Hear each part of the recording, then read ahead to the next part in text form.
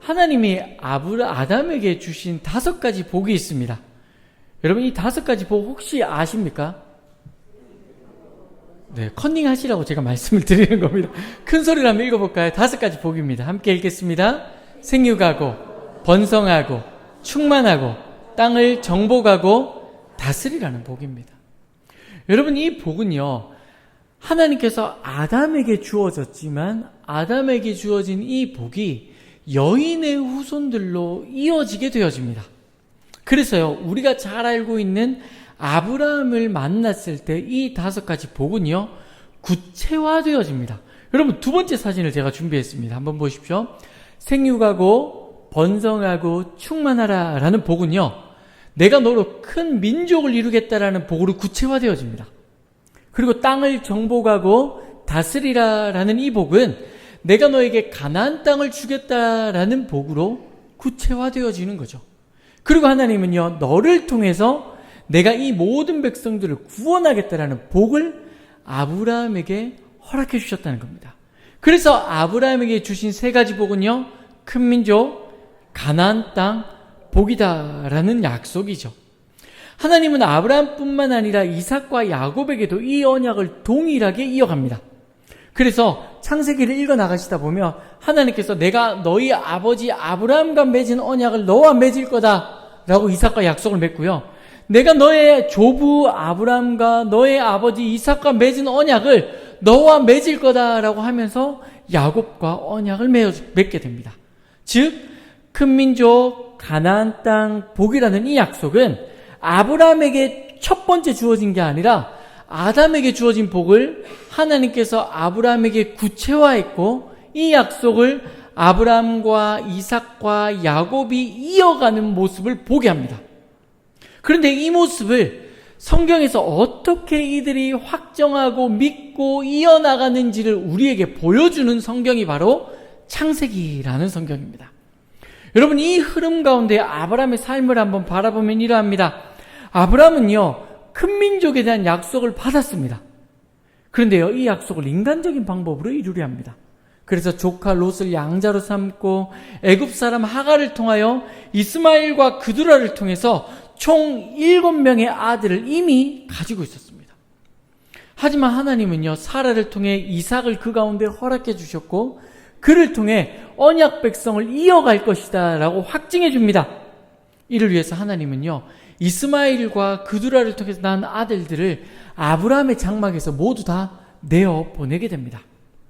물론 하나님은 이 이스마엘을 내버려 두지 않습니다. 지난주 우리가 설교에 들었던 것처럼 큰 민족으로 그를 변화시키고 예수 그리스도를 통하여 결국 그들 또한 구원의 백성 안으로 들어오게 하십니다. 오늘 본문은요, 이 약속의 말씀, 이스마엘을 쫓아낸 이후에 등장하는 본문의 내용입니다. 오늘 본문의 내용은요, 그런데 사실 조금 뜬금없게 느껴집니다. 왜냐하면 갑자기 어떤 왕이 나타나고 그 왕과 아브라함이 그냥 언약을 맺는 내용이 등장하고 있기 때문이죠. 게다가 이 왕이 한번 들어본 것 같은 이름의 왕입니다. 바로 아비멜렉이라는 왕입니다. 여러분, 이 아비멜렉이라는 이 왕은요, 전에 아브라함이 자신의 아내 사라를 누이다 속이고 팔았던 적이 있었던 왕입니다. 그러니까 우리가 오늘 본문이 있기 이전에 아브라함이 관계를 회복하기 위해서 하나님이 그랄 왕 아비멜렉을 우리 가운데 한번 소개해 줬던 적이 있었죠. 그때의 왕이 지금 오늘 본문에 다시 등장을 하고 있다는 겁니다. 그런데 그가 아브라함을 찾아왔는데 찾아온 모습이 조금 이상합니다. 혼자 온 것이 아니라 군대 장관 비골과 함께 왔다는 겁니다. 여러분, 군대 장관은 당시에 왕 다음으로 최고의 권력자들입니다. 그런 비골과 함께 아브라함을 찾아왔다는 것은요, 더 이상 아브라함이 한 개인에 국한되어지지 않고 국가의 수장에 버금갈 만큼의 능력을 가지고 있다는 것을 보여줍니다. 그래서요, 실제로 만약에 아브라함이 아무런 힘이 없었다면 왕이 직접 찾아올 리 없겠죠. 또 왕이 직접 찾아와도 군대 장관을 데리고 올 리 절대 없습니다. 다시 말해서 지금 아비멜렉은요, 국가적인 협상을 위해서 아브라함을 찾아왔다는 겁니다. 그러면 아비멜렉이 군대 장관까지 동행하면서 아브라함을 찾아온 목적이 무엇일까요? 무슨 목적이 있으니까 국가적인 언약을 맺기 위해 찾아온 거겠죠. 그 목적이 바로 오늘 본문 23절에 있습니다. 여러분 23절을 다 같이 한번 읽어보겠습니다. 함께 읽겠습니다. 그런즉 너는 나와 내 아들과 내 손자에게 거짓되이 행하지 아니하기를 이제 여기서 하나님을 가리켜 내게 맹세하라. 내가 내게 후대한 대로 너도 나와 내가 머무는 이 땅에서 행하여 보이라. 여러분 이 말 이해가 되십니까? 언약을 맺으러 왔습니다. 언약을 맺으러 왔습니다. 그런데요, 언약의 내용이 너 우리 땅 넘어오지 마라는 내용이 아닙니다. 너 내가 가지고 있는 가축이나 우물 빼앗지 마라는 내용도 아닙니다. 너 우리 절대 우리가 서로 살아있을 때는 싸움하지 말자라는 내용도 아닙니다. 여러분 지금 아비멜렉이 언약을 맺고 있는 조건이 뭐냐면요, 아브람 너 나와 내 후손들에게 거짓말하지 마라는 겁니다. 여러분 거짓말하지 말라는 이야기를 하기 위해서 국가적인 언약을 맺기 위해 온 것이 이해가 되십니까? 여러분 우리로 치면 이런 거죠. 트럼프 대통령이 한국에 와서 이재명 대통령이 이렇게 말합니다. 너 나한테 거짓말하지 마라는 걸 가지고 국가적인 약속을 체결할 일이 있습니까? 없습니까? 절대 없습니다. 그런데요, 오늘 아비멜렉이란 이 왕이 와서 이렇게 말합니다. 너 나와 거짓말하지 마. 이거 가지고 우리 언약을 체결해야 돼 라고 말하고 있다는 것이죠. 아비멜렉이 이 이야기를 하는 이유가 있습니다. 아비멜렉은요, 아브라함의 거짓말 때문에, 즉 사라를 누이로 속이는 이 사건으로 말미암아 자신이 다스리던 나라가 멸망할 뻔한 위기에 처한 적이 있었습니다. 그런 아브라함이 이제는요, 힘과 권력까지 가지게 되었습니다. 22절에 고백을 하고 있는 것처럼 하나님이 그와 동행하는 것이 그들의 눈에 보여지기 시작을 합니다. 여러분 하나님의 동행하시면요, 아비멜렉이라는 이 왕에게 어느 순간 두려움이 되기 시작합니다. 생각을 한번 해보십시오. 만일 그가 아브라함이 자신의 나라를 탐내게 된다면 어떻게 될까요? 여러분 이 생각이 그의 머릿속에서 떠나지 않고 있는 겁니다. 하나님이 동행하시는 아브라함의 말 한마디 때문에 자신의 왕국이 멸망할 뻔했는데 이제는 그가 힘도 가지고 있고 한 나라와 싸울 수 있는 권력도 가지고 있습니다. 그런데 그가 만일 자신의 땅을 쳐들어온다면 생각만 해도 아찔합니다. 그래서 아비멜렉은요, 군대 장관을 데리고 아브라함을 찾아가서 국가 차원의 공식적인 언약을 체결하자라고 말하고 있는 겁니다. 그 언약이 뭐라고요? 거짓말하지 말자라는 체결입니다. 여러분 아브라함 입장에서는 어떨까요? 아브라함은요 사실 큰 관심이 없었습니다. 왜냐하면 하나님이 자신에게 이렇게 말했습니다. 너의 후손에게 가나안 땅을 줄 거야 라고 이야기를 했다는 것이죠. 그러면 아브라함은 지금 이 땅을 전쟁에서 차지하거나 할 이유가 있습니까? 없습니까? 전혀 없습니다. 게다가 하나님께서는요 그 후손에게 땅을 준다 했는데 이 후손이 지금 아브라함의 품에 안겨 있습니다. 이삭이 그의 품에 안겨 있다는 것이죠. 그런데 갑자기 아비멜렉이 문을 두들기고 와서 이렇게 말합니다. 나와 지금 언약을 맺자. 내가 너한테 잘해준 거 내가 기억하잖아. 그러니까 우리 언약을 맺고 절대 너 거짓말하지 마 라고 찾아온 것입니다. 여러분 제가 이런 상황을 우리나라 속담에 뭐가 있을까를 막 찾아봤습니다. 이런 속담이 있다고 합니다. 되는 집은 가지나무에 수박이 열린다라는 속담이 있습니다. 여러분 우리 저기 가는 길에 보면 가지를 심어 놓았죠. 가지가 잘 열리고 있습니다.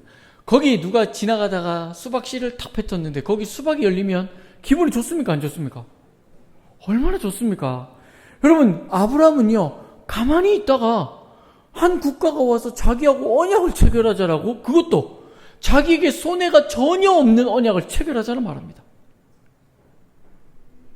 그때 아브라함의 머리를 스쳐 지나가는 게 있었습니다. 그게 뭐냐면요, 하나님이 가나안 땅에 약속하신 언약입니다. 이를 위해서 아브라함은요, 당장 현실에 드러나는 문제를 이 아비멜렉에게 이야기하기 시작합니다. 아니, 당신의 종들이 지금 내가 판 우물을 빼앗아 가는 것을 당신 알고 있습니까?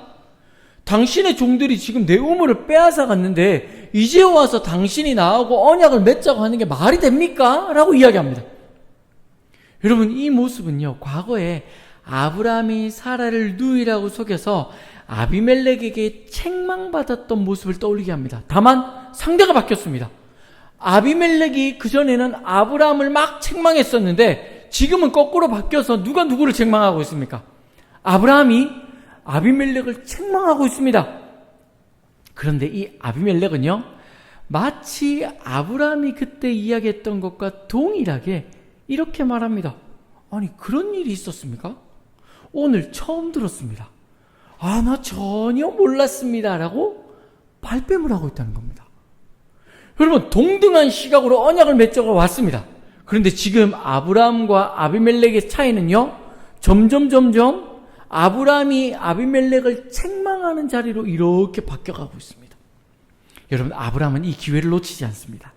우위를 점령한 아브라함은요, 먼저 아비멜렉의 조건대로 그래, 내가 당신과 언약을 맺어줄게 라고 양과 소를 가져다가 언약을 체결을 합니다. 여러분, 혹시 그 당시 있었던 언약의 체결 방법 기억나십니까? 언약 체결 방법 혹시 기억나십니까? 짐승을 어떻게 하나요?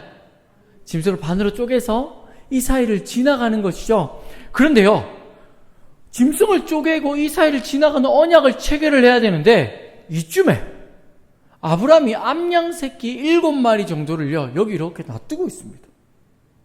그러니까 아비멜렉 입장에서 봤을 때는 언약을 체결하기 위해서는 이 짐승을 어떻게 해야 됩니까? 반으로 갈라서 이 사이를 지나가야 되는데 소도 가르고 양도 가르는데 암양 새끼 7마리만 여기 딱 놔두고 있습니다. 처음에는 뭔가 이유가 있겠지. 또 조금 지나서 저 양은 왜 이 언약을 위해서 사용하지 않지를 고민하기 시작합니다. 그러면 저 양이 혹시 나를 위한 선물인가까지 고민합니다. 궁금하다가 참지 못한 아비멜렉이 아브라함에게 묻습니다. 아니, 아브라함, 저기 있는 7마리 양은 왜 세워놨습니까? 라고 말합니다. 그때 아브라함이 이렇게 말합니다. 여러분, 30절 한번 읽어볼까요? 30절입니다. 함께 읽겠습니다. 아브라함이 이르되 너는 내 손에서 이 암양 새끼 7을 받아 내가 이 우물 판 증거를 삼으라. 여러분, 이 말을 쉽게 이야기하겠습니다. 언약을 맺기는 했어. 그런데 너네 종들이 또 전과 같이 찾아와서 이 우물을 빼앗아 버리면 안 되잖아. 그러니까 너가 지금 이 자리에서 이 우물이 내 것이라는 확증을 이 자리에서 맺어줘 라고 이야기한 것입니다. 여러분, 아비멜렉이 이 상황을 벗어날 방법이 없습니다. 궁지에 몰린 것이죠. 어쩔 수 없이 이 아브라함의 조건을 받아들입니다. 7마리 이 암양을요, 그가 받아가고 아브라함이 판 우물을 아브라함의 것이야 라고 확정해 줍니다. 여러분, 이렇게 확정받은 우물의 이름이 맹세의 우물인 브엘세바입니다. 여러분, 이 우물의 이름이 뭐라고요? 브엘세바입니다. 여러분, 이렇게 언약이 체결되고 아비멜렉은 자기 땅으로 돌아갑니다. 아브라함은요, 그곳에 에셀나무 하나를 심습니다.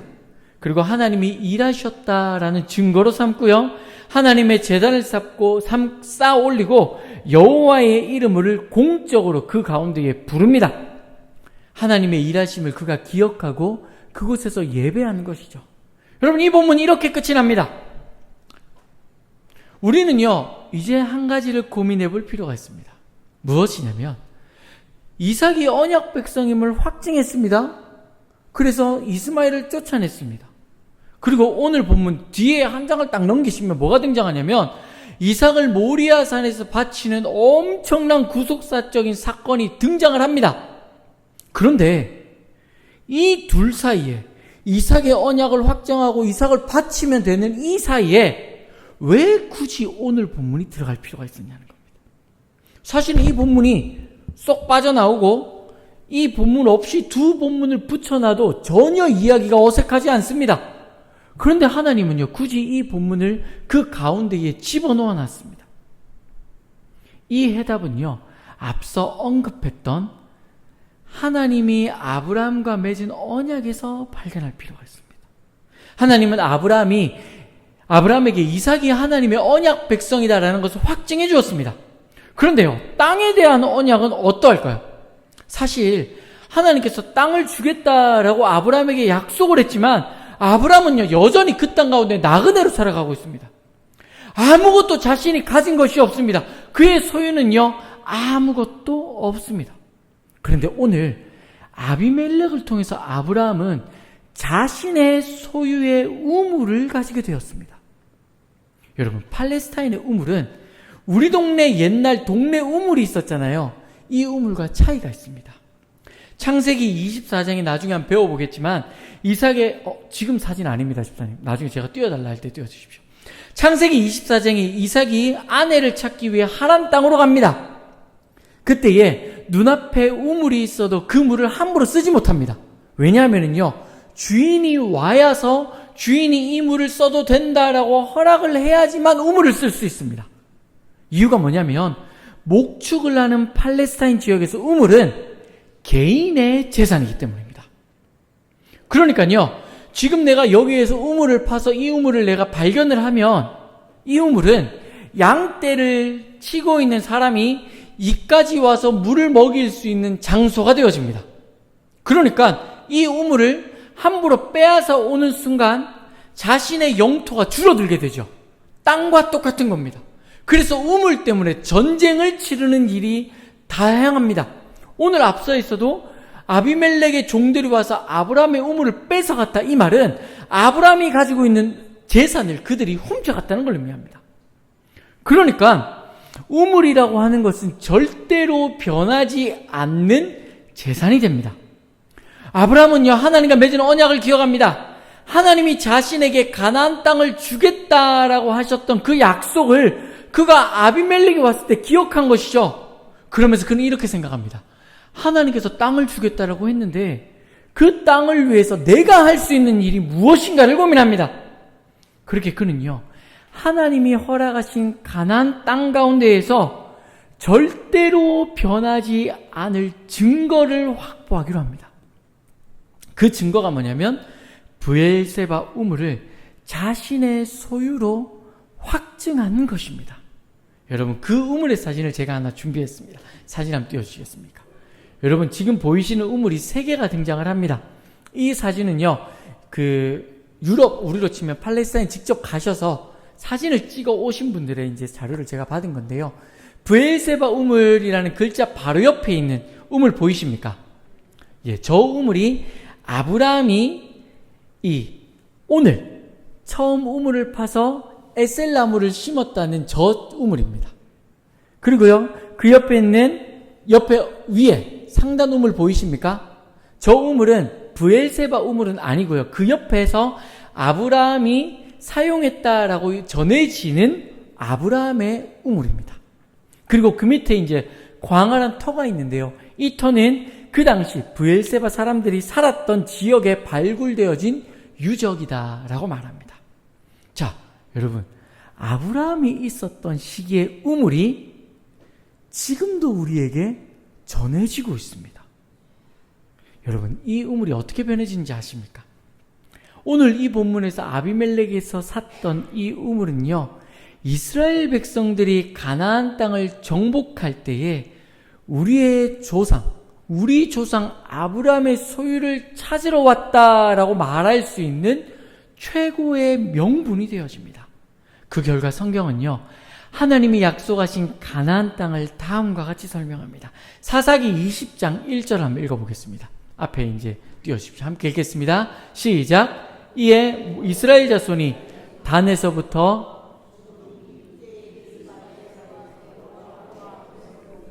이게 지금 빠져 있습니다. 제가 읽어드리겠습니다. 이에 모든 이스라엘 자손이 단에서부터 브엘세바까지와 길르앗 땅에서 나와 그 회중이 일제히 미스바에서 여호와 앞에 모였으니, 이 가나안 땅을 소개할 때 이렇게 말합니다. 단에서부터 어디까지라고요? 브엘세바까지. 사무엘상 3장 20절도 이렇게 고백합니다. 단에서부터 브엘세바까지의 온 이스라엘이, 이스라엘 땅 전체를 소개할 때 뭐라고 소개한다고요? 단에서부터 브엘세바까지. 여러분, 아브라함이 지금 아비멜렉에서부터 산 이 단 하나의 우물은요, 우리나라 땅으로 치면 한라에서 백두까지라고 표현하는 이 우리나라 땅을 경계짓는 시작이 되어집니다. 그래서 이스라엘 백성들은요, 가나안 땅 남쪽의 시작을 이렇게 고백합니다. 브엘세바. 아브라함이 맺은 우물로부터 가나안 땅에 대한 하나님의 역사하심이 시작되어졌다는 겁니다. 그렇습니다. 오늘 본문은요, 하나님께서 아브라함이 더 이상 누군가의 책망을 받는 사람이 아니라 한 나라의 왕조차 하나님의 말씀으로 책망하는 선지자가 되었다. 즉 복의 근원의 모습으로 서 있다는 것을 보여준과 동시에 가나안 땅에 대한 언약을 기억하고 그 믿음의 걸음을 걷는 그를 통해서 언약이 시작되어지고 있다는 것을 우리로 하여금 보여주는 겁니다. 그러니까요, 우리가 이야기하는 창세기 21장에서는 큰 민족에 대한 약속을 보여주고 가나안 땅에 대한 약속을 보여주고 그리고 마지막으로 복에 대한 약속을 하나 전체를 다 보여주기 위해 오늘 본문을 우리 가운데에 주고 있다는 것이죠. 사랑하는 성도 여러분, 아브라함의 삶의 모습을 알고 있던 우리로서는요, 아브라함의 이러한 모습이 사실은 좀 어색합니다. 왜냐하면 지금까지 살아왔던 삶의 모습과 너무나 다르기 때문입니다. 아브라함의 모습 여러분 우리 떠올려보면 어떻습니까? 내 마음대로 살아왔습니다. 내가 원하는 것을 이루기 위해 발버둥 치며 살아왔습니다. 그는요, 아비멜렉에게 자신의 아내 사라를 누이라고 속였고 그 결과로 말미암아 구속사 전체가 무너질 뻔했습니다. 하지만 지금 하나님은요, 그와 동행하고 있습니다. 그 동행으로 말미암아 그의 삶은 변화되어집니다. 이삭이라는 믿음의 열매를 그의 품에 안고 있습니다. 여러분, 이 시간들은요, 그의 삶을 변화시킵니다. 하나님의 언약을 신뢰하고 그 언약을 위한 삶의 걸음을 걸어갈 수 있도록 그의 삶을 변화시킨 것이죠. 여러분, 이러한 동행의 시간은요, 그의 걸음의 속도를 바꾸어 갑니다. 하나님보다 앞서지 않고 하나님의 뜻을 묻는 걸음으로 그의 삶을 변화시켰다는 겁니다. 여러분, 이것을 보여주는 것이 오늘 본문입니다. 아브라함은 더 이상 하나님을 앞서지 않습니다. 하나님의 뜻을 묻고 언약 안에서 자신이 어떠한 걸음을 걸어야 할지를 하나님께 묻고 살핍니다. 이러한 그의 걸음은 그를 책망받는 자에게서 책망하는 선지자로 나아가게 했고, 그의 결단과 행동은 하나님께서 약속하신 가나안 땅에 대한 약속을 이루어가는 시작으로 바꾸어 버렸습니다. 여러분, 이러한 모습이 우리의 삶 가운데도 동일하게 드러납니다. 여러분, 우리는요, 아브라함과 같이 늘 하나님보다 먼저 걸어갔습니다. 하나님의 뜻과 생각보다 내 경험과 내 판단으로 내가 걷는 방향을 결정하고 선택했습니다. 혈기를 힘입어 뒤도 돌아보지 않고 달려갔습니다. 여러분, 심지어 내 걸음에게 하나님을 맞추라고 하나님을 재촉하기까지 했습니다. 그 결과 우리는 어떠한 결과를 맞이했습니까? 교회를 위해서 일했지만 하나님의 마음을 아프게 했고요. 정의를 외쳤지만 그리스도의 몸된 교회를 찢는 결과를 맞이하기도 했습니다. 복음을 외쳤지만 다른 이들을 정죄했고요. 시간을 들였지만 그 시간 때문에 하나님과 멀어지기 시작했습니다. 내가 하나님보다 앞서 걸었기에 하나님의 뜻과 전혀 상관없는 걸음을 걸어갔다는 것이죠. 여러분, 그렇게 성경은요, 오늘 본문을 통해서 우리에게 너가 걷고 있는 그 걸음을 잠시 멈추라 말합니다. 사업이든 건강이든 자녀든 때로는 신앙과 교회든 그게 무엇이든 잠시 멈추고 그 걸음이 하나님보다 앞서 있는지 아닌지를 살피라 말합니다. 그리고 하나님께 묻고 하나님의 뜻을 듣고 하나님이 보여주시는 걸음을 걸어가라라고 말하는 것이죠. 하나님의 말씀과 하나님이 걷고자 하는 그 속도에 우리의 걸음을 맞추라고 이야기하는 것입니다. 여러분, 인간적인 시각으로 보면 답답하게 느껴집니다. 늦어지는 것 같습니다. 가장 좋은 시간을 놓칠 것 같습니다. 그러나 그 시간은요, 하나님이 창조하신 창조물임을 기억하십시오. 여러분, 우리가 살아가는 그 시간은 하나님이 창조하신 창조물임을 기억하시기 바랍니다. 언약의 주관자가 되시고 시간의 창조자 되시는 하나님은요, 절대 우리를 늦추거나 뒤처지지 않게 하십니다. 하나님보다 앞서지 않는 걸음은 늦은 것이 아니라 가장 정확하고 가장 바르고 가장 빠른 걸음이 되어질 것입니다. 왜냐하면 우리의 걸음보다 하나님께서 걷는 걸음이 더 정확하기 때문입니다. 아브라함은 이것을 깨달았습니다. 그래서 그는 하나님께 묻고 또 묻습니다. 그리고 신뢰의 걸음을 옮기죠. 그 결과 에셀 나무를 심고 여호와의 이름을 부릅니다. 브엘세바라는 이곳에 하나님의 일하심의 증거를 그가 삼은 것입니다. 우리도 그러합니다. 우리가 하나님께 묻고 또 신뢰함으로 우리의 삶의 걸음을 옮겨갈 때 비로소 우리는요, 지금 이 순간도 일하고 계시는 가장 선한 걸음으로 인도하고 계시는 그 하나님을 보게 될 것입니다. 그리고 아브라함과 같이 하나님을 찬송하고 하나님께 예배하며 영광을 돌리게 될 것입니다. 말씀을 맺겠습니다. 아브라함의 삶은요, 늘 하나님보다 먼저 걷는 삶이었습니다. 그러나 하나님과 동행하는 그 시간들을 통하여 그는 하나님께 묻고 걷는 삶으로 변화되어집니다. 그 결과 하나님은 그를 선지자로 세우고 언약의 시작으로 사용해 주셨습니다. 우리도 하나님보다 때로는 먼저 걷습니다. 그러나 하나님의 말씀이 우리와 동행할 때 하나님은 우리의 걸음의 속도를 늦추어 주십니다. 그리고 하나님과 함께 걸어갈 수 있도록 우리와 동행해 주십니다. 한 주를 살아갑니다. 여러분이 서 있는 그 자리에서 하나님과 걸음의 속도를 맞추시기 바랍니다. 하나님께서 그 걸음을 통하여 하나님의 살아계심을 여러분에게 보여주실 것입니다. 그 은혜의 주인공이 되는 저와 여러분 되시기를 주님의 이름으로 축복합니다.